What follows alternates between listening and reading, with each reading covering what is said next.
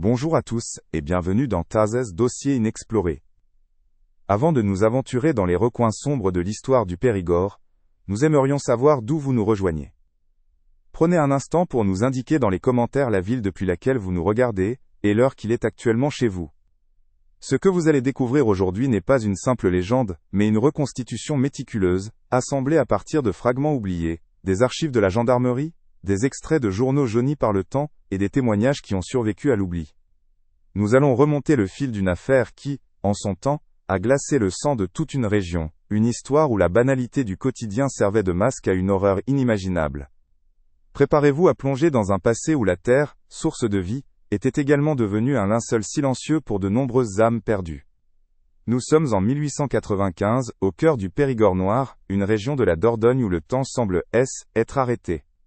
Les paysages sont un tableau de forêts profondes, de châteaux médiévaux veillant sur la vallée et de villages aux maisons de pierre ocre, comme Sarlat-la-Canéda. La vie y est rythmée par le labeur des champs, les messes dominicales à la cathédrale Saint-Sacerdos et l'animation du grand marché hebdomadaire. C'est dans ce cadre pastoral et immuable que vivait Jean Valette, un fermier d'une quarantaine d'années que tous appelaient respectueusement Jean du Périgord. Il était considéré comme un pilier de sa petite communauté, un homme de la terre, travailleur, pieux, et d'une discrétion exemplaire. Sa réputation était aussi solide et sans tache que les vieilles pierres de sa ferme, un modèle de la vertu rurale que rien ne semblait pouvoir ébranler. Pourtant, derrière la façade de cette existence simple et laborieuse, se dissimulait un secret d'une noirceur absolue. La terre que Jean Valette cultivait avec un soin quasi maniaque, ce sol fertile qui lui offrait ses récoltes de noix et de truffes, était devenu le tombeau de ses victimes. Les mains qui semaient le grain étaient les mêmes, qui enterraient les corps de voyageurs égarés, de colporteurs et d'ouvriers saisonniers dont personne ne réclamait jamais la disparition. Ces âmes perdues que les registres de Loup, époque qualifiée de partie sans laisser d'adresse, avaient en réalité trouvé leur destination finale sous les rangs de légumes de son potager, ou à l'ombre de ses noyers. La ferme, perçue par tous comme un havre de paix et de labeur, était en réalité un cimetière clandestin, un domaine où la mort était cultivée, avec la même méthode que la vie. Comment une terre si paisible, si imprégnée de l'histoire et de la beauté de la France rurale, a-t-elle pu devenir le théâtre de telles atrocités? Comment un homme comme Jean Valette, dont la vie semblait être un livre ouvert, a-t-il pu mener cette double existence sans jamais éveiller le moindre soupçon? Les archives locales, comme le journal « L'Avenir de la Dordogne », mentionnaient bien quelques disparitions inquiétantes, mais elles étaient noyées dans le flot des faits divers, considérés comme les tristes aléas des routes peu sûres de Loup, époque. Personne n'aurait osé imaginer que le mal ne rôdait pas dans les forêts lointaines, mais qu'il résidait au sein même de la communauté, caché derrière le regard fuyant et les mains calleuses d'un fermier respecté. Quel abîme séparait l'homme public du monstre secret? Le Périgord noir de la fin du XIXe siècle est une terre de dualité, un royaume où la beauté pastorale dissimule une âpreté ancestrale. Ces forêts de chênes verts, denses et profondes, semblent garder des secrets millénaires, tandis que les châteaux forts, sentinelles de pierre perchées sur les falaises, dominent la vallée de la Dordogne, avec une majesté silencieuse. Les villages, comme des éclats d'ambre figés dans le temps, s'organisent autour de leurs églises romanes. La vie est une partition immuable, dictée par le cycle des saisons. Le labour au printemps, les récoltes en été, la cueillette des noix et la recherche des truffes en automne. C'est un monde clos, où chaque lever de soleil apporte son lot de labeur, et chaque crépuscule, un repos mérité mais fragile. Dans ce décor de carte postale, la nature est à la fois nourricière et menaçante. Au cœur de cette région bat le pouls de Sarlat-la-Canéda, un labyrinthe de ruelles pavées et de toits de lauze. La cathédrale Saint-Sacerdos, avec son clocher massif, n'est pas seulement un lieu de culte, elle est le repère moral et géographique de toute la communauté. Chaque semaine, le grand marché transforme la place centrale en une scène vibrante où les existences se croisent, et évaluent. C'est là que les fermiers des alentours comme Jean Valette, viennent vendre le fruit de leur travail. Les conversations vont bon train, les rumeurs naissent et meurent entre deux étals, et les réputations se forgent ou se défont sous le regard de tous. Pour les habitants, ce marché est le véritable journal du pays, un lieu où l'on sait tout, ou du moins, où l'on croit tout savoir sur ses voisins. Économie locale repose entièrement sur la terre, une terre à la fois généreuse et exigeante. La culture de la noix et la quête de la truffe, le fameux diamant noir du Périgord, sont les principales sources de revenus, complétées par élevage de volailles et de quelques têtes de bétail. C'est une agriculture de subsistance où chaque sou est durement gagné. La richesse est rare, et, lorsqu'elle se manifeste, elle est souvent discrète, réinvestis dans la terre ou le matériel. Un fermier qui paierait ses achats en pièces d'or, comme le suggèrent certaines anecdotes tardives sur Valette, aurait immédiatement attiré l'attention, voire la suspicion. Dans ce monde de labeur acharné, la fortune soudaine n'existe pas. Elle ne peut être que le fruit d'un héritage inattendu, ou d'une activité bien plus sombre que le travail des champs. La société périgourdine de cette époque est une mosaïque de petites communautés rurales, soudées par les liens du sang, du voisinage et de la paroisse. L'entraide est une nécessité, mais elle s'accompagne d'une surveillance sociale constante. Chaque geste est observé, chaque parole est pesée. La réputation d'un homme est son bien le plus précieux, un capital de confiance bâti sur des années de travail et de piété. Cependant, cette cohésion a son revers, une méfiance viscérale envers l'étranger, celui qui vient d'ailleurs et dont on ne connaît ni la famille ni l'histoire. Le forain, le colporteur ou l'ouvrier saisonnier, est toléré pour son utilité, mais jamais pleinement intégré. Il reste une pièce rapportée, un élément potentiellement perturbateur dans un ordre social bien établi, ce qui le rend particulièrement vulnérable. Naviguer dans le Périgord à pied ou en charrette à la fin du siècle n'est pas une entreprise sans risque. Les routes, souvent de simples chemins de terre serpentant à travers les forêts, sont mal entretenues et peu sûres. Elles sont le domaine des voyageurs solitaires, marchands ambulants transportant leurs précieuses marchandises, ouvriers agricoles se déplaçant au gré des saisons, ou simples vagabonds sans attache. Ces individus, par nature nomades, n'ont pas de racines dans la communauté locale.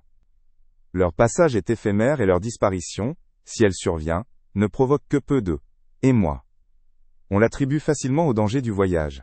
Une mauvaise rencontre avec des brigands, un accident dans un bois isolé, ou simplement la décision de poursuivre sa route vers une autre région sans prévenir. Ils sont des fantômes sociaux, des vies dont personne ne tient le compte. Les archives officielles de l'époque reflètent cette indifférence. En consultant les pages de l'Avenir de la Dordogne, on trouve bien quelques entrefilets mentionnant des disparitions inquiétantes, mais ces notes sont noyées au milieu des faits divers, entre le récit d'un incendie de grange et le compte-rendu d'une fête de village. Les rapports de la gendarmerie de Sarlat, conservés aujourd'hui aux archives départementales, sont tout aussi laconiques. Ils parlent de personnes parties sans laisser d'adresse, une formule administrative qui clôt le dossier avant même de l'avoir ouvert. L'absence de plainte formelle de la part d'une famille et le statut de sans domicile fixe de la plupart des disparus suffisent à classer l'affaire. Personne à ce stade n'imagine relier ces événements isolés, ces points épars sur la carte d'un territoire en apparence si tranquille. Ainsi se dessine le tableau d'un monde double. En surface, une région bénie des dieux, avec ses paysages harmonieux, ses traditions solides et ses communautés laborieuses unies par la foi. Une terre où la vie semble écoulée paisiblement, rythmée par le son des cloches et le travail des champs. Mais sous ce vernis de sérénité, couve une réalité plus sombre, faite d'isolement, de méfiance et de secrets bien gardés. Une terre où il est possible de disparaître sans laisser de traces, où le silence des forêts peut aisément couvrir le dernier cri d'une âme perdue. Comment cet équilibre fragile entre l'ordre visible et le chaos latent a-t-il pu être si violemment rompu? Comment le mal a-t-il pu prendre racine dans un sol que l'on croyait si sain? Au cœur de cette mosaïque sociale se dresse la figure de Jean Valette. Les registres du cadastre de Gaulne, époque le décrivent comme le propriétaire d'une modeste exploitation agricole d'une dizaine d'hectares, située à Algolnol, écart du village le plus proche, sur un chemin peu fréquenté menant vers les bois. À 45 ans, il est un homme fait, dont la silhouette massive est une vision familière pour quiconque fréquente les routes de Sarlat. Veuve depuis près d'une décennie, il incarne pour beaucoup la figure du paysan périgourdin, dans ce qu'elle a de plus archétypal. Un homme de la terre, façonné par le labeur et les épreuves, dont l'existence semble entièrement dédiée à son lopin de terre, et à la mémoire de son épouse disparue. Sa ferme, isolée, est perçue non comme un lieu de réclusion, mais comme le sanctuaire d'un homme qui a choisi le silence et le travail, comme rempart contre le chagrin. Sa réputation, cimentée au fil des ans, est sans équivoque. Au marché de Sarlat, où il se rend chaque semaine pour vendre ses noix, ses truffes ou quelques volailles, on le surnomme respectueusement Jean du Périgord. Ce n'est pas un homme de grande conversation. Ses échanges sont brefs, fonctionnels, limités au strict nécessaire de la transaction. Pourtant, personne ne songerait à y voir de l'arrogance. Les autres marchands et les clients réguliers, dans leurs témoignages ultérieurs, le décriront comme un homme d'une honnêteté scrupuleuse, dont la parole valait un contrat. Il était le pilier silencieux de la communauté, celui dont la présence rassurait par sa constance et sa prévisibilité. Une force tranquille, pensait-on, un roc sur lequel les rumeurs et les médisances n'avaient pas de prise. Son mutisme était interprété comme la marque d'une sagesse paysanne, d'un esprit qui préfère l'action à la parole. Le drame qui a scellé cette image publique est la mort de sa femme, Marie, survenue 10 ans plus tôt.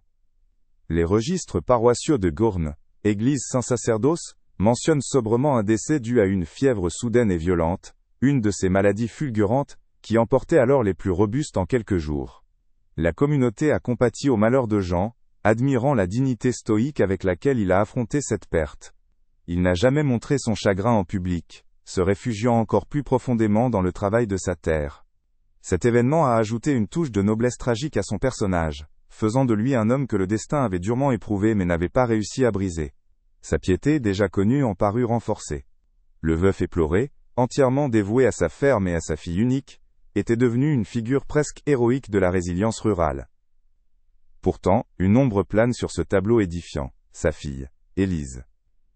Adolescente d'une quinzaine d'années, elle est une présence quasi spectrale, aux côtés de son père.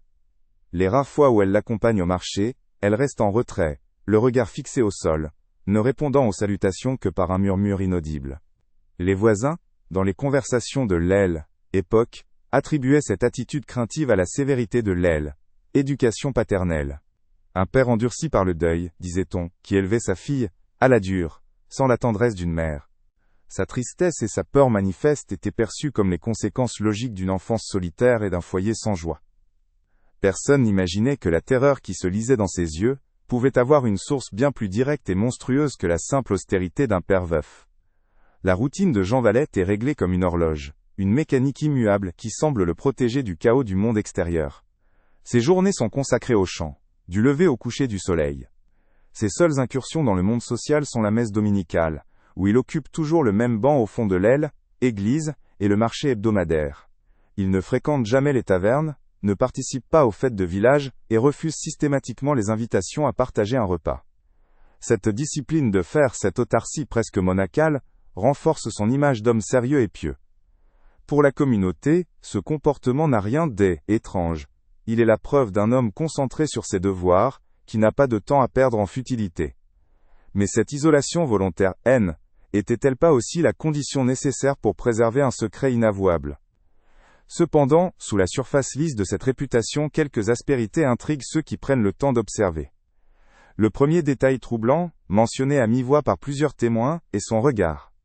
Jean Valette ne soutient jamais le contact visuel. Ses yeux, décrits comme fuyants et insaisissables, semblent toujours balayer les alentours, comme s'il cherchait une menace ou une issue de secours. La plupart des gens n'y voient que la timidité d'un homme peu habitué à la compagnie, ou la fatigue d'une vie de labeur. Mais pour quelques-uns, ce regard insaisissable laisse une impression de malaise, comme s'il dissimulait un paysage intérieur que personne ne devait voir. C'est une fissure infime dans la façade, une note discordante dans la symphonie de sa respectabilité, mais elle est là, persistante pour qui sait la percevoir. Le second élément qui détonne est la propreté presque obsessionnelle de sa ferme. Alors que les exploitations agricoles de l'aile, époque sont des lieux de désordre organisé, où la boue, la paille et les outils s'entremêlent, la ferme Valette est d'une netteté clinique. Les sols de la cour sont balayés chaque jour, les murs de la grange blanchis à la chaux 2 fois par an, et il n'y a jamais une tache de terre sur les pavés menant à la maison. Les voisins, en passant sur le chemin, remarquent cette particularité avec un mélange d'admiration et de perplexité. Certains y voient la marque d'un homme méticuleux à l'extrême, tandis que d'autres y décèlent quelque chose de moins naturel, une rigueur qui frôle l'obsession. Cette propreté maniaque, si inhabituelle dans le monde rural, sera plus tard accent aigu interprété sous un jour bien plus sinistre. Plus troublant encore, est le soin qu'il apporte à ses outils. Le maréchal Ferrand de Sarlat, interrogé bien des années plus tard, se souviendra de Jean Valette comme de son client le plus singulier. Contrairement aux autres fermiers qui amenaient leurs instruments émoussés et couverts de terre séchée, Valette présentait des pelles, des pioches et des haches toujours impeccablement propres et affûtées, avec une précision chirurgicale. Le forgeron notait que le tranchant de sa bêche était aussi aiguisé que celui d'un rasoir. À l'aile, époque, il y voyait la fierté d'un bon ouvrier pour ses instruments de travail. Il ne pouvait se douter que cette obsession pour la propreté et l'efficacité n'était pas destinée à mieux travailler la terre, mais à la creuser et à la refermer sans laisser de traces, et à effacer les preuves d'actes indicibles.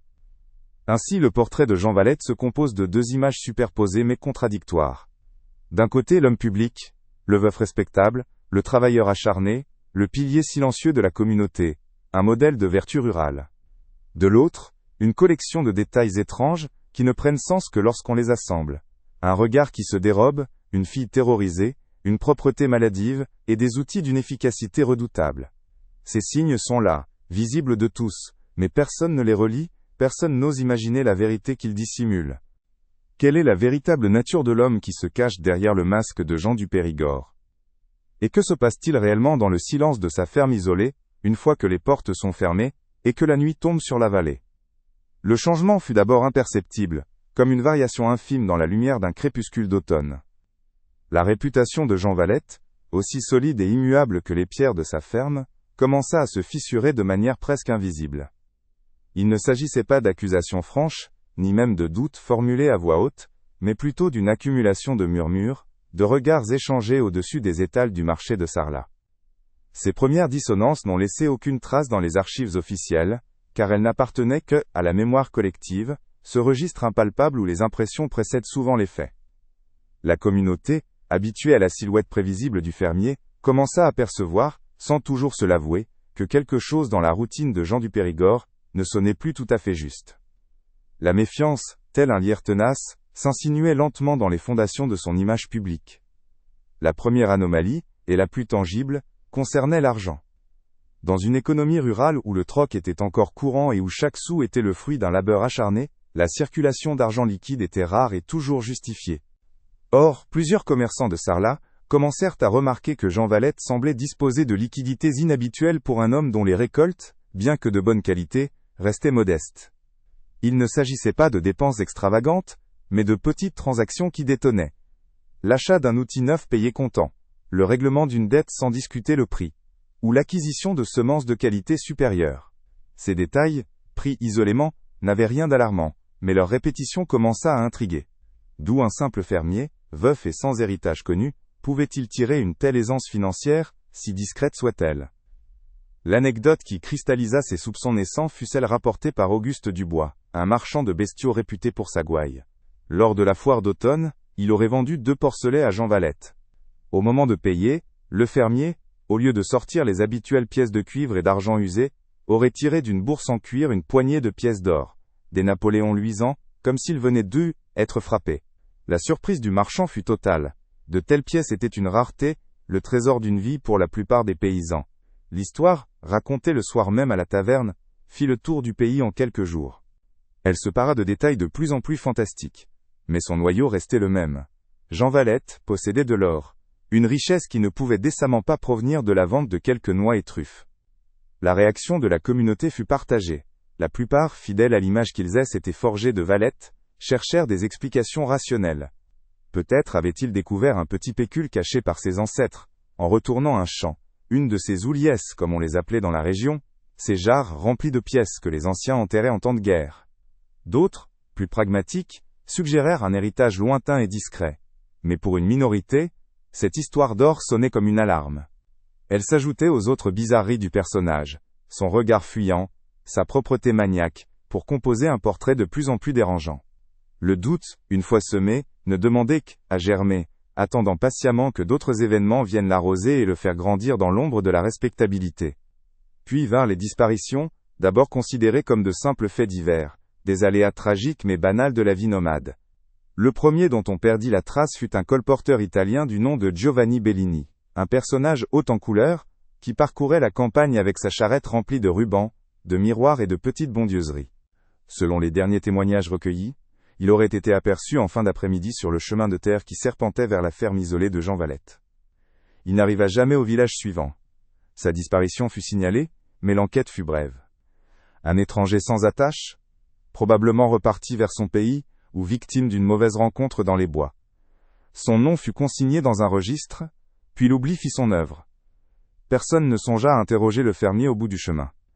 Quelques mois plus tard, ce fut au tour d'un jeune ouvrier agricole, un certain Pierre, originaire du Limousin voisin, de S, évanouir dans la nature. Il était venu dans le Périgord pour la saison des récoltes, cherchant du travail de ferme en ferme. Plusieurs personnes se souvenaient de l'avoir orienté vers la propriété de Valette, réputé pour avoir toujours besoin de bras. Comme le colporteur italien, le jeune homme fut vu se dirigeant vers la ferme, mais jamais en repartir.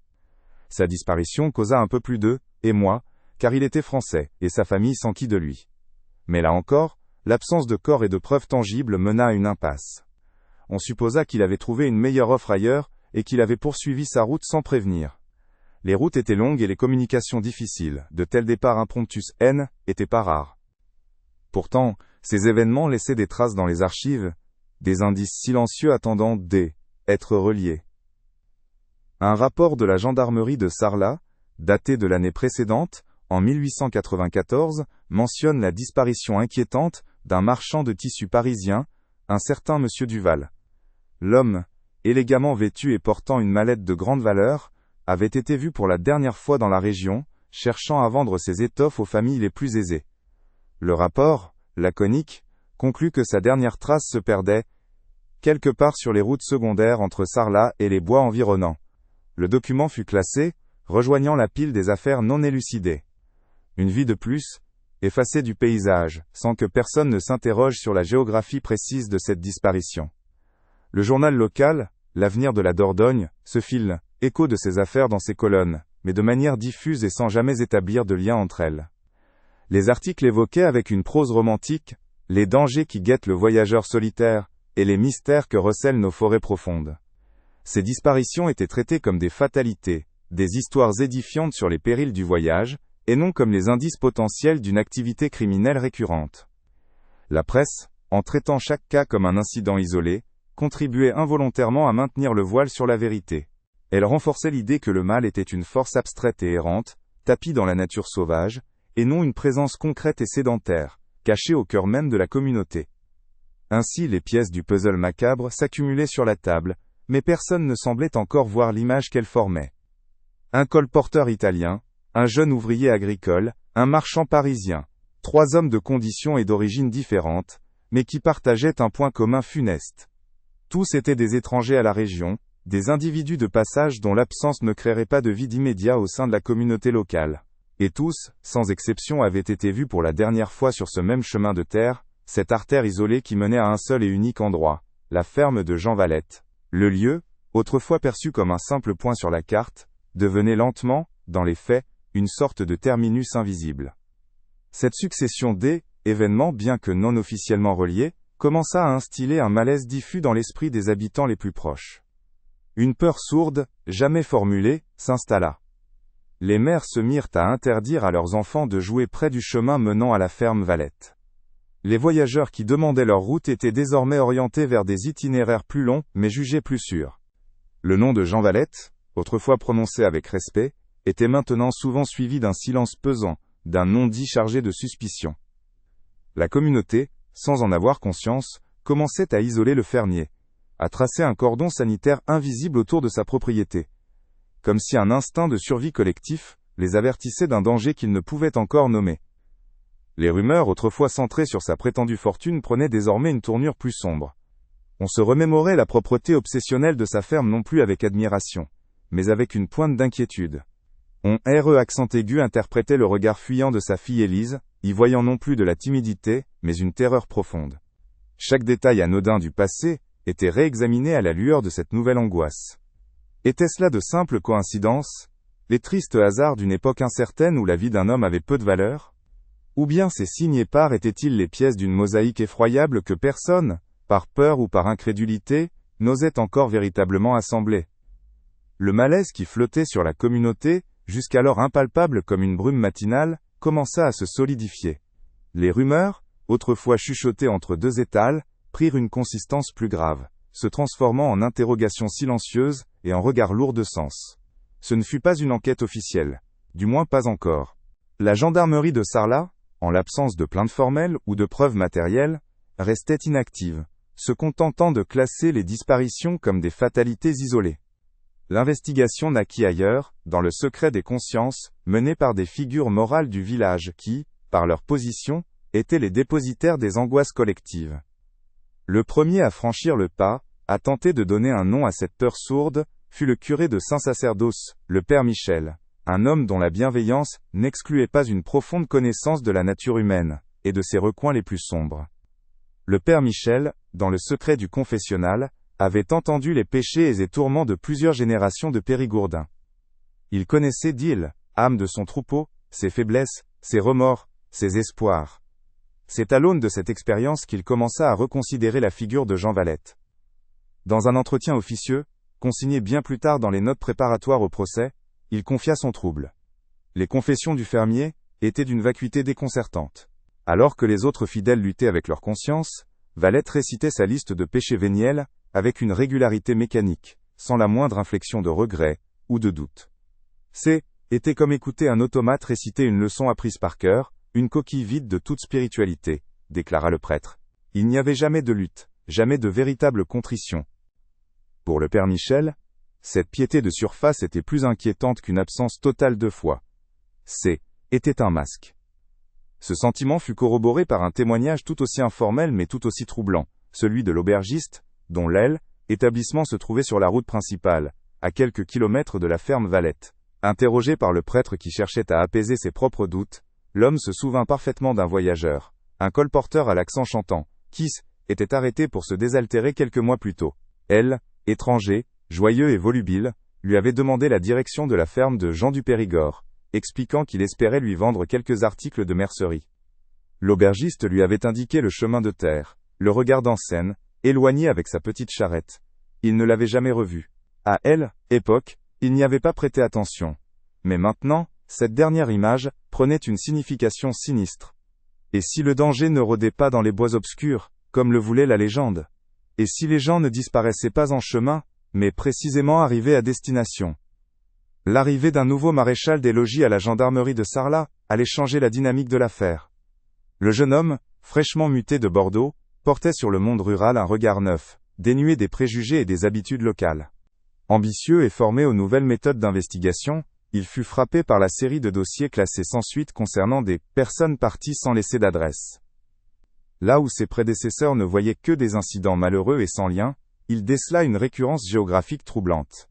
Toutes les dernières traces de ces voyageurs convergeaient vers le même secteur isolé, cette zone d'ombre dominée par une seule et unique propriété, la ferme de Jean Valette. Intrigué par la réputation immaculée du fermier, qui semblait le placer au-dessus de tout soupçon, il décida de reprendre discrètement l'enquête, contre l'avis de ses supérieurs qui y voyaient une perte de temps. Sa première action fut de se rendre sur les lieux, non pas pour une confrontation directe, mais pour une observation minutieuse du terrain. Pendant plusieurs jours, dissimulé à la lisière des bois qui surplombaient la propriété, il étudia la routine immuable de Jean Valette.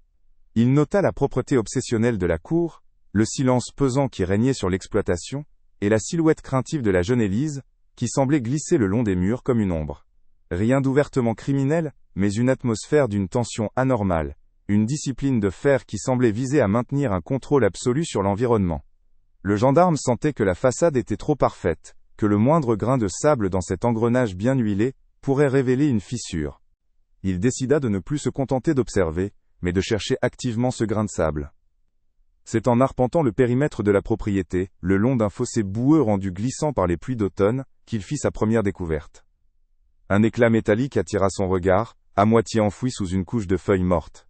Avec précaution, il dégagea l'objet de la terre. Il s'agissait d'un bouton de manchette en argent, orné d'un monogramme finement gravé. L'objet était d'une qualité et d'une élégance qui juraient violemment avec l'austérité du monde paysan. Il n'appartenait manifestement pas à un fermier comme Valette, dont les mains calleuses n'avaient que faire d'un tel raffinement. Était l'accessoire d'un homme de la ville, d'un bourgeois, d'un marchand peut-être. Le gendarme le serra dans sa paume, sentant le poids froid du métal. Ce était plus une simple intuition. Était une preuve, un fragment silencieux d'une histoire qui refusait de rester enterrée. Le bouton de manchette était la clé. Il ne prouvait pas le meurtre, mais il brisait l'isolement de la ferme. Il prouvait qu'un visiteur, un homme d'une certaine condition sociale, était trouvé là, assez près pour perdre cet objet personnel. Le gendarme se rappela alors le dossier du marchand de tissus parisien, M. Duval, disparu l'année précédente, un homme dont la description correspondait parfaitement au propriétaire potentiel d'un tel bijou. Soudain, le passé et le présent se rejoignaient. Ce petit morceau d'argent était pas juste un objet égaré. Était un pont jeté par-dessus le silence, reliant un homme disparu à un lieu suspect. La question était plus de savoir si des voyageurs étaient rendus à la ferme, mais ce qu'il leur était advenu. À qui appartenait ce vestige d'une vie effacée, et comment était-il arrivé dans la boue de ce chemin perdu? Fort de cette première preuve matérielle, le gendarme obtint l'autorisation de rouvrir officiellement le dossier de la disparition de M. Duval. Il ne s'agissait plus de relire de vieux rapports, mais de traquer le moindre indice laissé par le marchand parisien. Il se rendit à l'auberge de Sarlat, où Duval avait passé sa dernière nuit. La plupart de ses effets personnels avaient été renvoyés à sa famille, mais le propriétaire, méticuleux, avait conservé une petite caisse d'objets jugés sans valeur, oubliée dans la chambre. Au milieu de quelques factures et d'un guide des routes de la région, le gendarme découvrit un petit carnet de cuir noir, un journal de route, où le marchand consignait méticuleusement ses ventes, ses dépenses et ses rendez-vous. Un frisson d'anticipation le parcourut. Il tenait entre ses mains la voix de la victime. Le carnet était un témoignage poignant de la vie d'un commis voyageur. Les pages étaient remplies d'une écriture serrée et régulière, décrivant les villages traversés, la qualité de l'accueil dans les auberges, et les succès ou les échecs de ses transactions commerciales. Le gendarme tourna les pages avec une sorte de respect mêlé d'urgence, cherchant la dernière entrée, le dernier témoignage écrit de cet homme avant qu'il ne se volatilise. Il la trouva à la date du 5 mai 1894. Les mots étaient simples, pragmatiques, empreints de l'optimisme d'un homme confiant en son talent de vendeur. Il décrivait son intention pour la journée, une dernière tentative avant de quitter la région pour de bon, une visite qu'il espérait lucrative, et qui scellerait son voyage par un succès. La dernière phrase du carnet frappa le gendarme avec la violence d'un coup de poing. D'une encre qui semblait à peine sèche, M. Duval avait écrit « Vais tenter ma chance chez le fermier Valette. On dit qu'il a de l'argent de côté et pourrait acheter toute ma marchandise. » La boucle était bouclée. Le mobile, la victime et le lieu étaient désormais indissociablement liés par ces quelques mots. La rumeur de la fortune cachée de Valette N était pas seulement un sujet de commérage au marché, elle était devenue un appât mortel, attirant les imprudents vers l'antre du prédateur. Le marchand, pensant se diriger vers une excellente affaire, marchait en réalité vers sa propre tombe, guidé par la cupidité des uns et la duplicité de l'autre. Le carnet se ferma sur une question glaçante, qui résonne encore aujourd'hui. Ces quelques mots innocents, écrits dans l'espoir d'un profit, résonnaient désormais comme un épitaphe. Le gendarme comprit alors que la vérité était bien plus terrible que ce que les rumeurs laissaient entendre. Jean Valette N était pas simplement un homme étrange et secret. Il était un chasseur patient, qui utilisait sa réputation de paysan simple, et la promesse d'une richesse cachée pour attirer ses proies dans le piège de sa ferme isolée. Le marchand de tissus, avec son bouton de manchette en argent, et son carnet rempli d'espoirs commerciaux, Irène, était pas une victime du hasard ou d'une mauvaise rencontre dans les bois. Il avait été la cible d'un plan méticuleux. En se rendant chez le fermier pour ce qu'il croyait être le couronnement de son voyage, avait-il réellement conclu la meilleure affaire de sa vie, ou avait-il, sans le savoir, signé de sa propre main son arrêt de mort? Le point de bascule ne fut ni un document jauni par le temps, ni un témoignage tardif arraché à une conscience tourmentée. Ce fut la nature elle-même, dans sa fureur la plus primitive, qui décida de briser le sceau du secret. Une nuit d'octobre, un orage d'une violence inouïe s'abattit sur le Périgord, une de ces tempêtes qui semblent vouloir arracher les chênes centenaires à leurs racines, et laver la terre de ses péchés. Le vent hurlait dans la vallée comme une âme en peine, et la pluie, drue et incessante, transformait les chemins de terre en torrents de boue. Pendant des heures, le ciel déversa sa colère sur la région, et plus particulièrement sur les hauteurs isolées où se dressait la ferme de Jean Valette. Cette nuit-là, les éléments ne se contentaient pas de gronder. Ils s'apprêtaient à rendre un jugement que les hommes n'avaient pas encore osé formuler. Sous l'assaut implacable des eaux, la terre du Périgord, complice silencieuse des crimes de Jean Valette, commença à céder. Le sol, gorgé jusqu'à la rupture, perdit sa cohésion.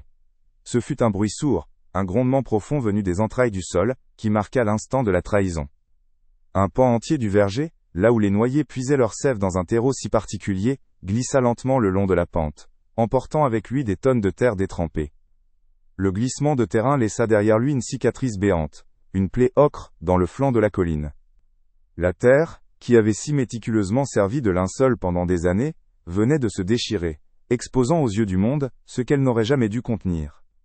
Le sanctuaire du fermier était violé, son secret mis à nu par la force brute, d'une nature indomptable.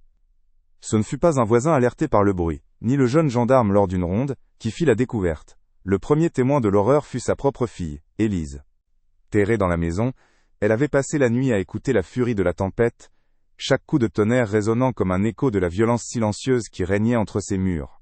Au petit matin, alors que la pluiesse était enfin calmée, elle s'aventura dehors, peut-être pour constater les dégâts ou simplement pour respirer un air lavé de la tension nocturne. C'est alors que son regard fut attiré par la balafre laissée dans le verger. Au milieu de la terre remuée et des racines exposées, une forme blanchâtre et arrondie se détachait de l'argile. Ce N était pas une pierre. La courbe était trop parfaite, trop organique. S'approchant avec une appréhension qui glaçait son sang, elle reconnut la forme sinistre et indubitable d'un crâne humain. Le cri qui échappa de la gorge d'Élise ne fut pas celui d'une adolescente effrayée, mais le hurlement primal d'une âme captive qui se libère enfin. Était la somme de toutes les peurs tues, de toutes les larmes ravalées, de toutes les nuits passées à redouter les pas de son père dans le couloir. Oubliant la boue, les branches cassées et le froid mordant, elle se mit à courir. Une course éperdue, désespérée, non pas loin de la ferme, mais vers le village, vers la communauté, qu'il avait toujours regardée avec un mélange de pitié et de méfiance. Était une fuite en avant, un acte de rupture totale, avec le silence qui l'avait emmurée vivante. Chaque foulée dans la boue glaciale était un mot, chaque halètement une phrase. Elle ne courait pas seulement pour sauver sa vie, mais pour dénoncer l'indicible, pour forcer le monde à voir ce qu'elle avait été contrainte de deviner dans l'ombre. Son arrivée au village fut une vision d'apocalypse. Couverte de boue des pieds à la tête, les cheveux collés par la pluie, les yeux exorbités par la terreur, elle s'effondra sur la place centrale, devant les premiers villageois qui se rendaient à leurs occupations. Ses paroles étaient hachées, presque inintelligibles, un torrent de sanglots et de mots brisés. Là-haut, dans le verger, la terre. Une tête, répétait-elle en boucle. La nouvelle se propagea comme une traînée de poudre. La peur sourde et les rumeurs chuchotées se cristallisèrent en un instant en une certitude glaciale. Le nom de Jean Valette, prononcé par la bouche de sa propre fille, N, était plus associé au respect ou au mystère, mais à une horreur concrète et palpable. Le jeune gendarme, prévenu en urgence, comprit que son enquête venait de prendre un tournant décisif et irréversible. Le masque de Jean du Périgord venait de tomber. L'arrestation de Jean Valette se déroula dans un calme sinistre qui contrastait violemment avec la panique de sa fille et l'agitation du village. Lorsque les gendarmes arrivèrent à la ferme, ils le trouvèrent dans la cour, nettoyant une pelle avec la même application méticuleuse que d'habitude, comme si la tempête n'avait été qu'un simple contretemps dans sa routine. Il ne montra aucune surprise, aucune résistance. Face aux accusations, il resta muré dans son silence habituel, un silence qui, était plus perçu comme de la réserve, mais comme l'expression d'une monstruosité insondable. Son calme était plus effroyable que n'importe quelle confession. Les menottes se refermèrent sur ses poignets calleux sans qu'il ne cille, ses yeux fuyants balayant une dernière fois le domaine qui avait été à la fois son royaume et son charnier. La façade de l'honnête fermier était effondrée, révélant le prédateur patient qui se cachait derrière. Dès lors, chaque détail étrange, chaque anomalie observée au fil des ans, trouvait sa place dans la mosaïque macabre. La perception de la communauté se recodifia entièrement. La propreté maniaque de la ferme N était plus la marque d'un homme rigoureux, mais une méthode quasi scientifique pour effacer les traces de sang et de lutte. Les outils si bien affûtés étaient pas les instruments d'un agriculteur zélé, mais les armes du crime et les engins du fossoyeur. L'argent liquide et les pièces d'or étaient pas le fruit d'un héritage secret, mais le butin sordide dépouillé sur les cadavres de ses victimes. Même sa piété ostentatoire à vide dit, Église apparaissait désormais comme une ultime profanation, un masque de vertu utilisé pour dissimuler une âme damnée. Toutes les pièces du puzzle, autrefois dispersées et confuses, s'assemblaient pour former le portrait terrifiant d'un monstre à visage humain. Les fouilles officielles commencèrent le jour même, transformant la ferme paisible en un chantier funèbre.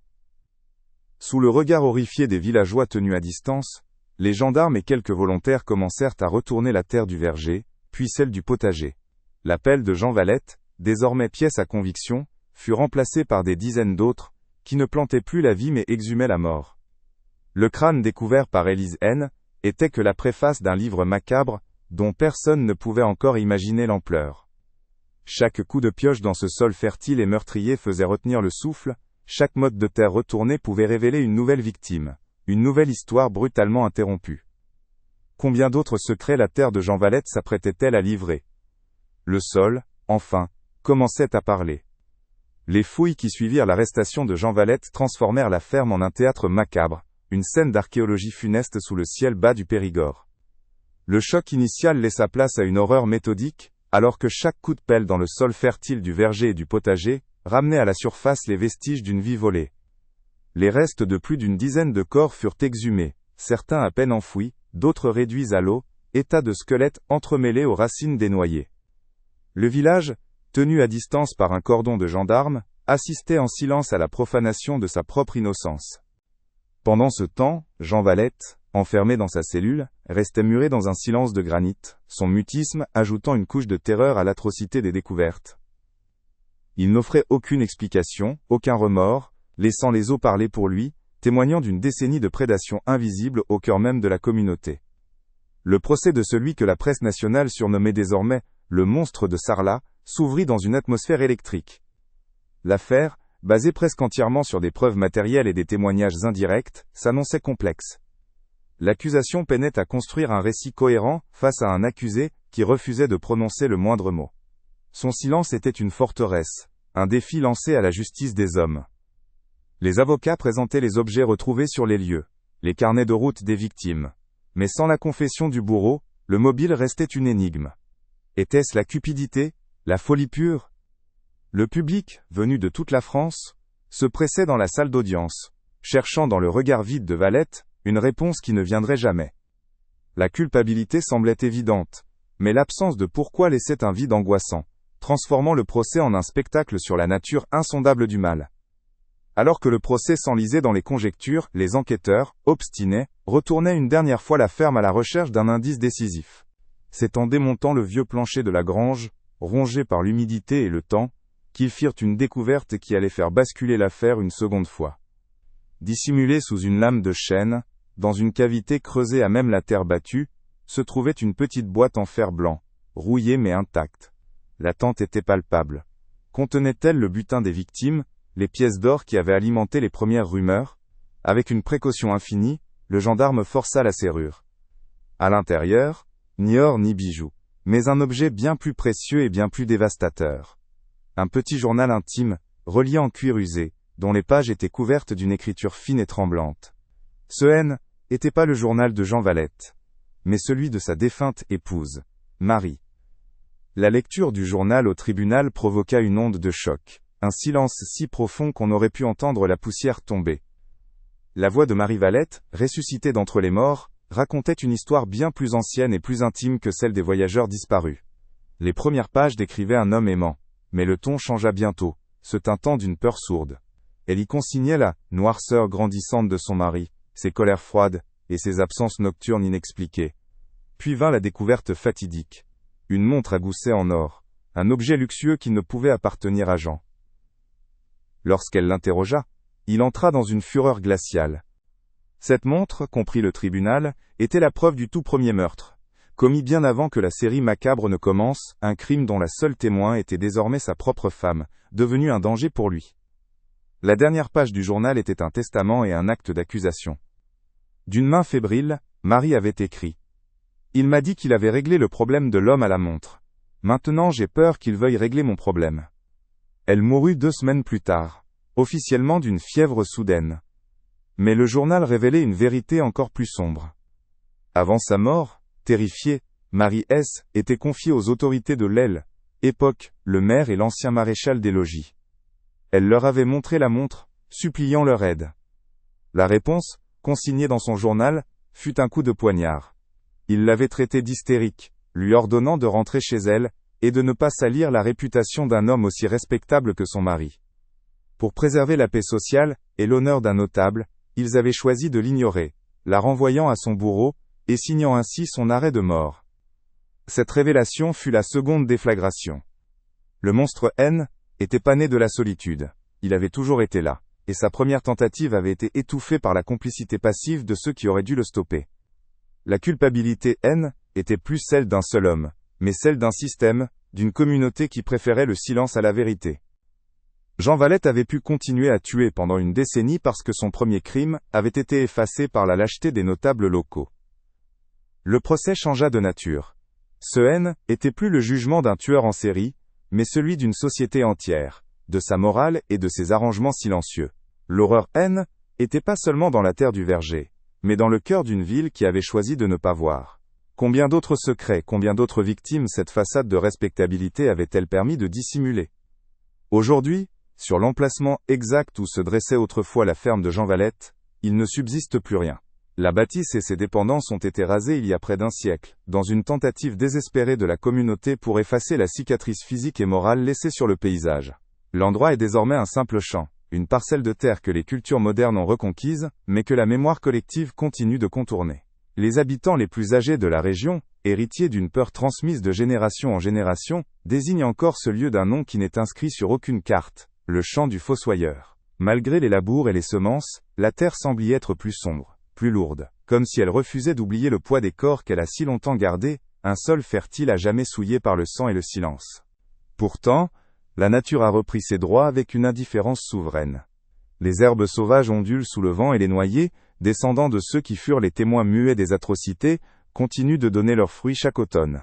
C'est dans ce décor d'une paix presque insolente que la légende persiste.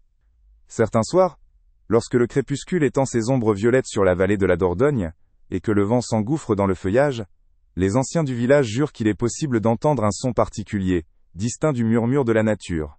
C'est un bruit sourd, rythmé et métallique, celui d'une pelle qui frappe la terre avec une obstination méthodique. Ce n'est pas un fantôme que l'on évoque, mais l'aile, écho d'un labeur macabre, comme si le souvenir de l'acte lui-même était resté imprégné dans l'air et le sol du Périgord. La condamnation de Jean Valette n'a jamais véritablement clos l'affaire. Emportant ses secrets dans le silence de sa tombe, il a laissé derrière lui un abîme de questions sans réponse. Le nombre exact de ses victimes reste une énigme. Les 13 corps exhumés ne représentent que ceux que la terre a bien voulu rendre, mais combien d'autres âmes perdues reposent encore dans des sépultures anonymes? Plus insondable encore est le mystère de ses motivations. Était-il un simple voleur dont la cupidité l'avait transformé en meurtrier, un prédateur froid et calculateur attiré par l'or de ses proies? Ou bien sa folie puisait-elle ses racines dans un mal plus profond, plus ancien, né du meurtre inaugural de sa propre femme, un acte qui aurait ouvert les portes d'une obscurité dont il ne serait jamais revenu? L'histoire de Jean du Périgord est ainsi devenue plus qu'un simple fait divers. Elle est un mythe sombre qui hante l'imaginaire de la région. Elle nous rappelle que les monstres les plus terrifiants ne sont pas ceux qui se cachent dans les ténèbres des forêts, mais ceux qui vivent en pleine lumière, dissimulés derrière le masque de la normalité, de la piété et du labeur. La ferme n'est plus, mais le champ demeure, un mémorial silencieux à la dualité de la nature humaine, et à la fragilité de nos certitudes. Chaque année les saisons passent sur cette terre, la recouvrant de fleurs puis de neige, mais sans jamais parvenir à laver complètement la souillure invisible qui s'y est déposée. Car comment une terre peut-elle oublier le sang dont on la nourrit,